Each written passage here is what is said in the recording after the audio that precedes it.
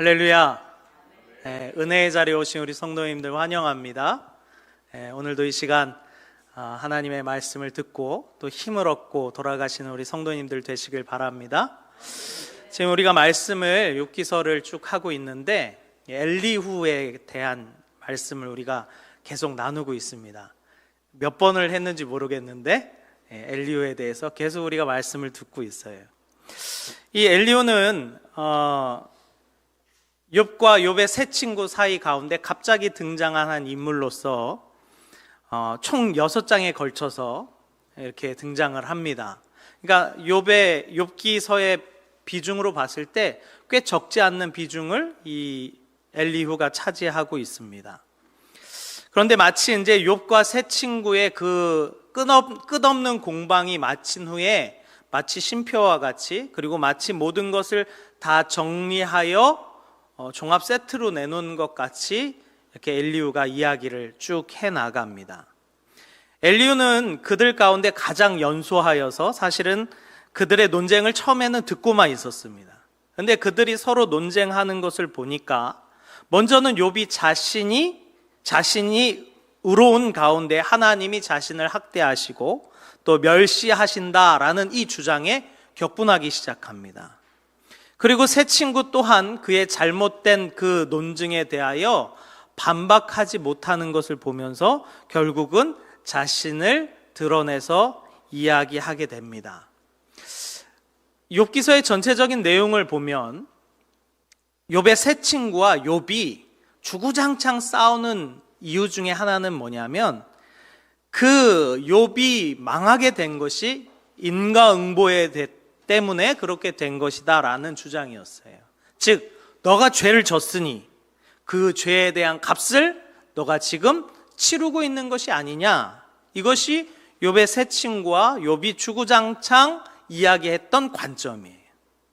그런데 엘리후는 약간 다른 측면에서의 고난을 욥에게 이야기합니다.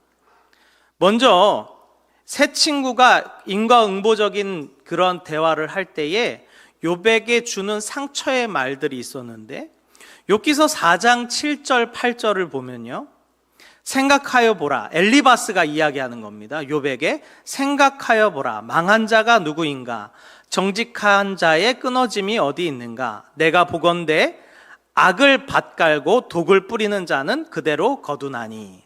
그러니까 이 말은 무엇이냐면 지금 욥 너가 악한 것을 심었다 이 말이에요.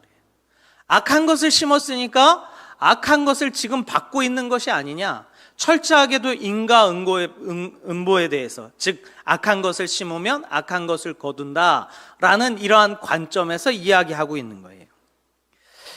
욥기서 8장에 보면 빌닷이 욥에게 하는 이야기가 있는데 8장 3절 4절에 보면 하나님이 어찌 정의를 굳게 하시겠으며 전능하신 이가 어찌 공의를 굳게 하시겠느냐, 내 자녀들이 주께 죄를 지었으므로 주께서 그들을 그 죄 가운데 버려두셨나니.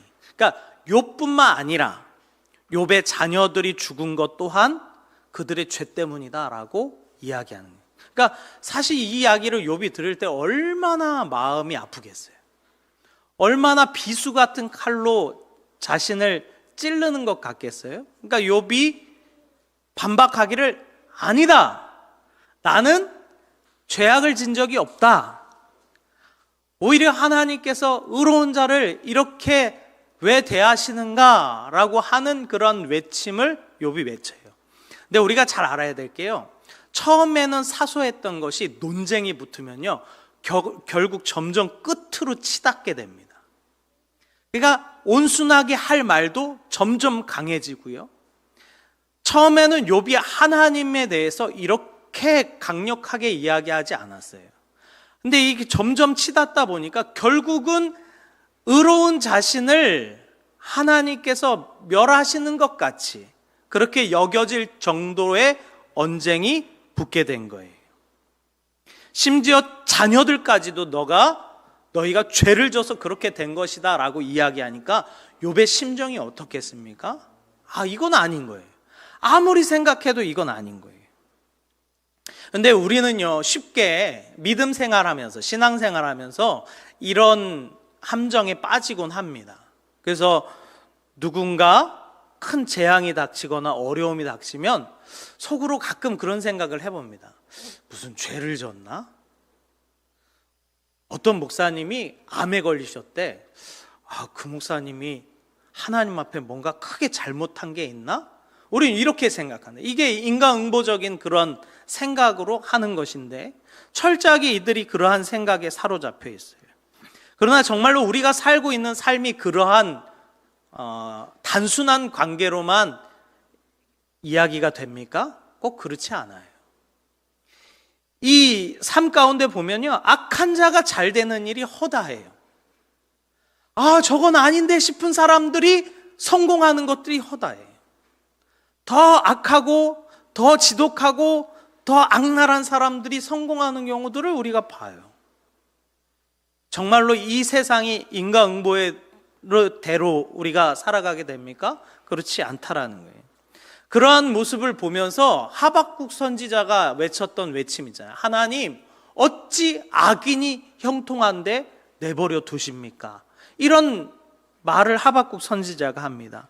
하박국 1장 13절에 보면 이렇게 이야기해요. 주께서는 눈이 정결하심으로 악을 참아보지 못하시며 패역을 참아보지 못하시거늘 어찌하여 거짓된 자들을 방관하시며 악인이 자기보다 의로운 사람을 삼키는데도 잠잠하시나이까. 그러니까 이 생각이 우리에게도 여전히 있다 이 말이에요. 하나님, 어찌 이 세상에 하나님께서 통치하시는 이 나라, 하나님께서 만드신 이 세상에 어떻게 악한 자가 더 형통합니까? 왜 악한 자가 더 잘 됩니까? 아니, 하나님 오히려 왜 잘 믿는 자가 병들고 잘 믿는 자가 망하는 일이 생겨납니까? 라고 우리가 외친다 이 말이에요. 하박국 선지자처럼.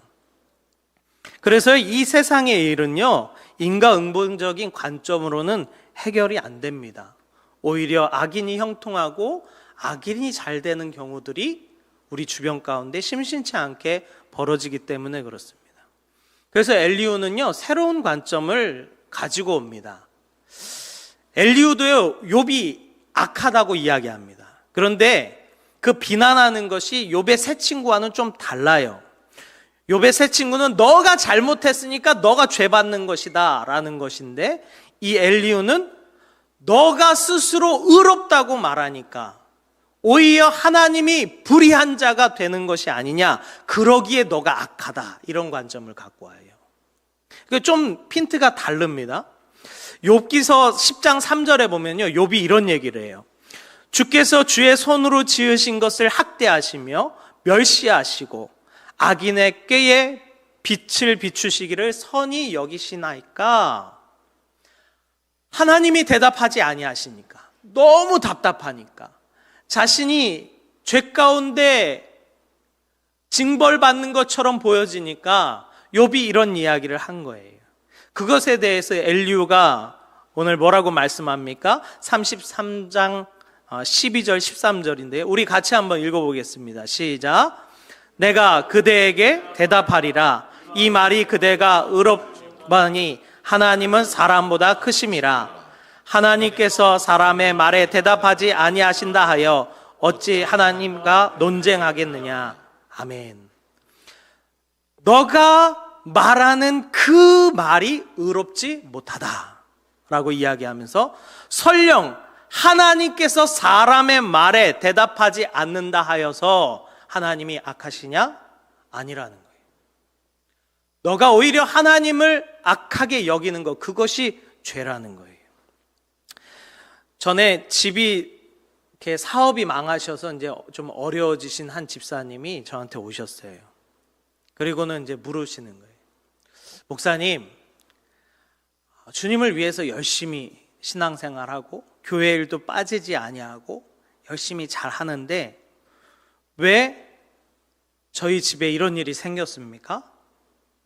왜 하나님은 저희를 안 지켜주십니까? 라고 묻더라고요. 그래서 제가 곰곰이 생각하다 그랬어요. 집사님, 하나님이 집사님을 왜 지켜줘야 됩니까? 라고 물었어요. 하나님이 집사님을 왜 지켜줘야 돼요? 라고 물었어요. 혹시 우리 생각 가운데 하나님은 당연히 나를 지켜야 된다고 생각하고 계시지 않습니까? 우리 이거 생각을 좀 바꿔볼 필요가 있어요. 왜 하나님께서 당연히 나를 지켜야 됩니까? 내가 믿어주니까? 내가 하나님을 믿어주니까 하나님은 나를 지키셔야 됩니까? 욥이 지금 그런 거예요. 하나님, 내가 그렇게 의롭게 살려고 노력했고 내 자녀들이 혹시나 범죄한 것이 있을까 봐 내가 그들을 위하여 제사까지 다 드리며 하나님 앞에 속죄제를 드리며 하나님 그렇게 예배했는데 왜 우리 집이 이렇습니까? 라고 묻는 거예요. 그러면은 우리는 그런 질문을 해볼 수 있어야 돼요. 왜 하나님은 나를 꼭 지키셔야 하는가? 하나님은요, 우리를 지키실 이유도 없어요. 우리를 살리실 이유가 없다 이 말이에요. 왜요? 우리가 먼저 하나님을 배신했거든요. 우리가 먼저 하나님을 버렸거든요. 우리가 먼저 범죄하여 하나님의 뜻을 따르지 않고 사단 마귀의 길을 갔거든요. 하나님은요, 결코 우리를 지키실 이유가 없어요, 사실은. 그런데 하나님께서 어떻게 하셨습니까? 독생자 예수를 보내셔서 우리를 위하여 그 죄를 대속하시고 우리를 어둠 가운데서 사망 가운데서 건지신 줄 믿습니다. 그럼 된 거예요. 그럼 됐다 이 말이에요. 더 이상 우리에게 무엇이 필요하냐라는 거예요. 내가 열심히 하고 있으니까, 내가 의롭게 살고 있으니까 주님 나 지키셔야죠. 하나님 나 지키셔야죠. 이건 안 통한다 이 말이에요. 이미 2000년 전에 십자가 사건으로 그건 끝났다라는 거예요. 주께서 전혀 살리실 이유도 없고 건지실 이유도 없는 자를 예수 그리스도를 통하여 십자가의 그 보혈의 피를 통하여 우리를 건지셨는데, 우리를 사망의 길에서 생명의 빛으로 인도하셨는데, 지금도 여전히 우리가 생각하기를 그래도 주님은 날 지켜야지, 나를 모든 어려움 가운데서 건지셔야지, 내가 이렇게 열심히 사는데 맞냐 이 말이에요. 이 말이 결코 안 맞는 거예요. 전혀 안 맞는 거예요. 우리는 기억해야 됩니다. 우리가 이 땅 가운데 설령 망하게 되는 자가, 망하는 자가 된다 할지라도 주 예수 그리스도를 믿어야 되는 줄 믿습니다. 우리가 설령 이 땅 가운데서 질병 가운데, 때로는 가난하여서 내 인생 가운데 풀리는 것이 아무것도 없어도 예수를 믿어야 되는 줄 믿습니다. 그것이 우리의 신앙 고백이다 이 말이에요. 근데 욥이 뭐라고 말하는 거예요? 주님, 내가 주를 위하여 이렇게 열심히 했는데 왜 나를 지키지 않습니까? 엘리후가 그것을 지적하는 거예요. 설령 하나님께서 아무 말 안 하신다고 하여서 그 하나님을 악하게 볼 수 있느냐? 그럴 수 없다 이 말이에요. 그럴 수 없다 이 말이에요. 그래서 엘리후는요, 욥에게 이렇게 말합니다. 우리 33장 17절 18절인데요 우리 같이 한번 읽어보겠습니다. 시작. 이는 사람에게서 그의 행실을 버리게 하려 하심이며 사람의 교만을 막으려 하심이라. 그는 사람의 혼을 구덩이에 빠지지 않게 하시며 그 생명을 칼에 맞아 멸망하지 않게 하시느니라. 뭐라고 말씀합니까? 사람의 교만을 막으려 하심이라. 하나님은 사람의 교만을 막으려 하심이라. 그로 말미암아 그 사람이, 그 혼이 구덩이에 빠지지 않게 하려 하심이라. 이것이 하나님의 뜻이라는 거예요. 욥 당신에게도 마찬가지라는 거예요. 당신이 망하지 않게 하기 위해서 하나님께서 고난을 주셨다는 거예요. 당신이 그 죄에 빠져들어가 죽게 되는 것을 막게 하시기 위해서 하나님께서 고난을 주셨다는 거예요. 욥이 빠져 있는 죄가 무엇입니까? 자신을 의롭다 여기는 죄입니다. 자신을 의롭다 여기는 죄. 사람들은요, 믿음 신앙생활을 할 때에 자신의 신앙을 쌓는 기반이 있습니다. 저는 이걸 한 4가지 정도로 보는데, 첫 번째로는요, 자기의 믿음, 자기의 신앙을 감정 위에 쌓는 사람이 있어요. 자신의 믿음을 감정 위에 쌓는 사람은요, 막 찬양하고 예배하고 그 예배가 막 감격스러우면요, 막 은혜가 충만해집니다. 그래서 어떤 부탁을 해도 다 들어줄 것처럼 얘기해요. 근데 이 사람의 문제는 무엇이냐면 자신의 마음에 감동이 없고 자신의 마음이 피폐해질 때 하나님을 잃어버려요. 이것이 믿음을 감정에 쌓는 사람이에요. 그래서 생각보다 교회 안에 감정 위에 믿음을 쌓는 사람들이 많습니다. 마태복음에 보면요, 마태복음 7장 26절에 보면 이런 말씀이 있어요. 나의 이 말을 듣고 행하지 아니하는 자는 그 집을 모래 위에 지은 어리석은 사람 같으니라. 비가 내리고 창수가 나고 바람이 불어 그 집에 부딪힘에 무너져 그 무너짐이 심하니라. 어떤 사람이 말씀을 들어요. 근데 그 말씀이 내 마음에 안 들어. 그러니까 그것을 행하지 않습니다. 그런데 그 사람은 모래 위에 집을 지은 어리석은 사람 같다라는 거예요. 그런 사람들에게 어떤 문제가 생깁니까? 비가 내리고 창수가 나고 탕류가 부딪혀 그 모래집이 무너져 버리면 신앙이고 뭐고 다 잊어버린다. 다 잃어버린다. 이것이 감정의 믿음을 쌓는 사람들의 특징입니다. 두 번째로 어떤 사람이 있냐면요, 자기 체험의 신앙을 쌓는 사람이 있어요. 이 체험의 신앙을 쌓는 사람은요, 생각보다 강력합니다. 그 믿음이.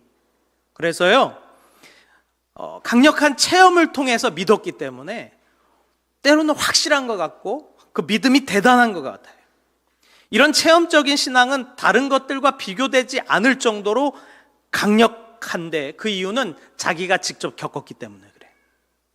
그런데 이 체험의 터 위에 믿음을 쌓는 사람의 문제가 있는데 그것은 뭐냐면 너무 그러한 체험적인 것을 쫓아다닌다는 거예요.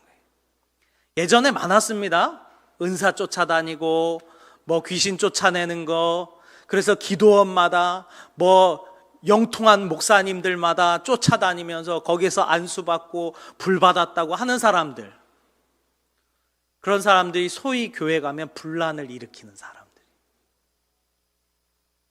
능력 나타나지 않는 목사님들을 우습게 봅니다. 이런 문제가 생겨요.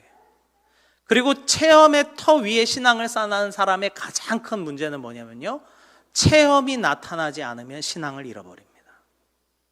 그래서 이것도 견고하지 않은 믿음이에요. 우리가 잘 알듯이 예수님께서 사마리아와 갈릴리 지역을 가실 때에 문둥병, 나병 환자 10명을 고치시는 사건이 있습니다. 그 나병 환자 10명에게 너희가 제사장에 가서 몸을 보이라. 그래서 그 10명의 문둥병자가 달려갑니다. 가는 도중에 어떻게 됩니까? 그 병이 나서요. 그리고 나서 감사하고자 예수님께 돌아온 사람이 몇 명입니까? 한 명입니다. 한 명. 체험은 그런 거예요. 있을 때는, 나타날 때는 뜨거운데 체험이 안 나타나면 그 모든 신앙을 잃어버립니다. 세 번째로는요, 오늘 말씀의 욕과 같은 상황인데 자기 신념의 터 위에 신앙을 쌓는 사람이 있어요. 신념입니다. 신앙이 아니라 신념 위에 터에 신앙을 쌓는 사람이 있어요. 그래서요, 이 신념을 가지고 신앙생활을 하는 사람은요, 신앙을 가지고 신앙생활을 하는 사람과 다르지 않아요. 똑같이 나타납니다. 그래서 교회 안에 제일 많아요. 신념의 터 위에 신앙생활을 합니다. 이제 종교의 영이라는 책을 쓴 토미 팸 라이트 목사님이 계셨는데 그 목사님이 이 신념의 터 위에 신앙을 쌓는 사람들을 종교의 영이라고 불렀어요. 종교의 영. 그래서 그 챕터 1장, 처음 책의 챕터 1장에 뭐라고 써 있냐면 하나님, 내가 위선적인 종교의 영을 가졌습니다. 그것이 챕터 첫 번째 내용이에요. 이 종교의 영은요, 얼마나 강력한지요? 그 사람이 죽을 때까지 못 깨달을 경우도 있어요. 자신이 예수를 잘 믿고 있다고 착각해서 구원받지 못하게 속이는 영이 바로 이 종교의 영, 신념 위에 신앙을 쌓는 사람입니다. 대표적인 사람이 누굽니까? 바리새인들과 서기관들, 예수님 시대의 제사장들이 그러한 영에 사로잡혀 있는 사람입니다. 그 사람들은요, 행위를 중요시 여깁니다. 그리고 사랑보다 판단하고 정죄하고 많은 사람들을 가르치기를 좋아하며 비판하기를 좋아하는 사람이 이 종교의 영에 사로잡힌 사람들입니다. 그래서 많은 사람들이 이 신념이라는 것 위에 신앙을 쌓아요. 제가 보기에 교회를 열심히 다니며 신앙생활 한다고 하는 사람들 중에 가장 많이 지옥 가는 사람들이 이 사람들이 아닐까 생각해요. 신념 위에 신앙을 쌓는 사람. 그래서요, 이거는요, 신앙생활을 오래 하면 할수록 더 강력하게 나타나는 것을 보아요. 우리가 이걸 되게 주의해야 됩니다. 내가 정말 신앙인지 나의 어떠한 신념인지 분별할 수 있는 능력이 있어야 된다는 거예요. 마태복음 23장 23절에 보면요, 예수님께서 이런 말씀을 하셔요. 화 있을진저 외식하는 서기관들과 바리새인들이여, 너희가 박야와 회양과 근처의 11조는 들이되 율법에 더 중한 바 정의와 긍휼과 믿음은 버렸도다. 그러나 이것도 행하고 저것도 버리지 말지니라. 여기서 말하는 박하, 회양, 근체, 이거는요, 향신료입니다. 향신료. 그러니까 사실은 11조 항목에 들어가지 않는 거예요. 그런데 이 바리새인들이 얼마나 철저하게 11조로 했냐면 이런 향신료조차도 10분의 1을 다 해가지고 하나님 앞에 드렸다는 거예요. 그러니까 많은 사람들이 볼 때에 얼마나 대단하게 보이겠습니까? 아마 바리새인같이 신앙생활하는 사람이 여기 한 명 있다면 많은 사람들이 그를 우러러볼 거예요. 아, 저분은 참 대단하지. 저분의 신앙은 확실해. 뭐 거침이 없어. 우리는 이렇게 얘기할 거예요. 그러나 그 속은 모른다 이 말이에요. 주님께서 뭐라고 말씀하셔요? 화 있을진저. 27절에도 똑같이 말씀하십니다. 화 있을진저 외식하는 서기관들과 바리새인들이여, 회칠한 무덤 같으니 겉으로는 아름답게 보이나 그 안에 죽은 사람의 뼈와 모든 더러운 것으로 가득하도다. 이와 같이 너희도 겉으로는 사람에게 옳게 보이되 안으로는 외식과 불법이 가득하도다. 이것이 자신의 신념 위에 신앙을 쌓는 사람의 모습입니다. 신념과 신앙의 가장 큰 차이는 무엇이냐면요, 신념은 자기를 위해서 하는 것이고 신앙은 주님을 위해서 하는 것이다 이 말이에요. 신념은요, 자기를 위해서 하는 거예요.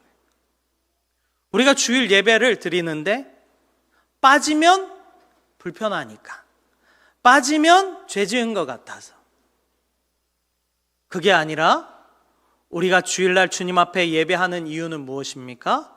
하나님을 찬양하고 높이고 하나님께 감사하며 나를 대속하신 그 주님의 그 뜻을 알고자 나아가는 것이 우리의 본 모습 아니겠습니까? 근데 이 종교의 영에 점점 빠지게 되면요, 습관적이 되고요, 그리고 신앙이 냉랭해져 갑니다. 그 마음에 하나님을 향한 마음과 감동이 줄어들고요, 형식만 남게 되는 거예요. 그것이 그 시대의 바리새인과 서기관이었고 오늘날에도 교회 안에 여전히 이러한 사람들이 있다라는 거예요. 나는 신앙생활을 나를 위해서 합니까? 주님을 위해서 합니까? 근데 자기 만족을 위해서 하는 사람이 생각보다 많다라는 거예요, 교회 안에. 마지막으로 어떤 사람이 있느냐? 말씀의 터 위에 신앙을 쌓는 사람이 있습니다. 할렐루야. 말씀의 터 위에 신앙을 쌓는 사람이 있습니다. 우리 요한복음 5장 39절인데요. 같이 한번 읽어보겠습니다. 시작. 너희가 성경에서 영생을 얻는 줄 생각하고 성경을 연구하거니와 이 성경이 곧 내게 대하여 증언하는 것이라. 우리가 신앙의 터를, 우리의 믿음의 터를 어디 위에 세워야 합니까? 하나님의 말씀의 터 위에 세워야 되는 줄 믿습니다. 말씀의 터 위에 돼요. 내가 의롭다, 내가 이 정도면 됐지, 하나님 내가 이렇게 믿었는데 날 지켜주셔야 되지 않겠습니까? 라고 하는 것, 말씀 위에 세우는 것 아닙니다. 그 자신의 신념 위에 세우는 거예요. 우리가 오로지 말씀 위에 우리의 신앙을 쌓는다는 것은 예수 그리스도의 터 위에 우리의 신앙을 쌓는다는 거예요. 그러면 예수 그리스도의 터는 무엇입니까? 십자가의 보혈이다 이 말이에요. 희생이다 이 말이에요. 사랑이다 이 말이에요. 그것 위에 우리가 신앙을 쌓아야 그것이 참된 신앙이 되는 줄 믿습니다. 고린도전서 3장 11절인데요. 이 말씀도 우리가 같이 한번 읽어보겠습니다. 시작. 이 닦아둔 것 외에 능히 다른 터를 닦아둘 자가 없으니 이 터는 곧 예수 그리스도시니라. 아멘. 그래서요, 우리는요 항상 그 예수 그리스도 터 위에 우리의 신앙을 쌓아가야 되는 줄 믿습니다. 우리는요 하나님의 말씀이 우리의 기준이 돼야 돼요. 하나님의 말씀이 내 자신을 비추는 거울이 돼야 된다라는 거예요. 철저하게 그 하나님의 말씀에 죄라 그러면 죄인 거예요. 하나님의 말씀에 아니라 그러는 건 아닌 거예요. 이 신념 위에 신앙을 쌓는 게 참 위험한 게 뭐냐면요, 신앙생활을 하다가 자신이 잘 지킬 수 있는 것 같은 말씀은 잘 지켜요. 그러나 자신이 지키지 못할 것 같은 말씀은 잠시 배제해 둡니다. 바리새인들과 서기관들이 그랬어요. 그래서요, 그 하나님의 말씀을요 자기 입맛대로 막 재단하다 보면요 결국 나중에 뭐가 나오는지 아세요? 거기서 내가 나와요. 나. 그래서요 우상의 끝은 자기 자신입니다. 우상의 끝은 자기 자신이에요. 자기 입맛대로 하나님의 말씀을 다 재단하고 자기가 원하는 대로 다 말씀 빼다 보면 결국은 그 안에 내가 나온다 이 말이에요. 우리는 어떠한 신앙 위에, 어떠한 터 위에 믿음을 쌓고 계십니까? 우리는 어떠한 터 위에 믿음을 쌓고 계십니까? 혹시 욥과 같이 자신이 의롭다 여기는 그 신념 위에 하나님 내가 이 정도 했으니 나를 지키셔야죠 라고 하는 그러한 신념 위에 우리의 신앙을 쌓고 있지는 않습니까? 우리가 심각하게 돌아보고 내 자신을 살펴야 되는 줄 믿습니다. 오늘도 오직 우리를 위하여 피 흘리신 그 예수 그리스도의 터 위에 희생하시고 섬기시고 우리를 사랑하셔서 살리고자 하셨던 그 예수 그리스도의 마음을 알고 깨닫게 되는 그 말씀의 터 위에 우리의 신앙을 쌓아가시는 성도님들 되시기를 주님의 이름으로 축원합니다. 아멘. 기도